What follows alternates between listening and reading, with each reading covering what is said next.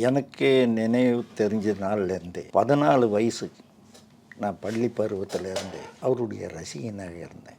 எங்கள் வீதியில் ஒரு 5-6 பேர் எம்ஜிஆர் ரசிகர்கள். அவர் படங்கள் எங்கெங்கே ஓடுதோ அங்கெல்லாம் நாங்கள் ஒரு தடவை பார்க்கறது இல்லை, சலிக்காமல் பார்ப்போம். அந்த தேட்டரை விட்டு படம் எடுக்கிறவர்களும் நாங்கள் பார்த்துக்கிட்டே இருப்போம். அது எங்களுக்கு ஒரு ஹாபி.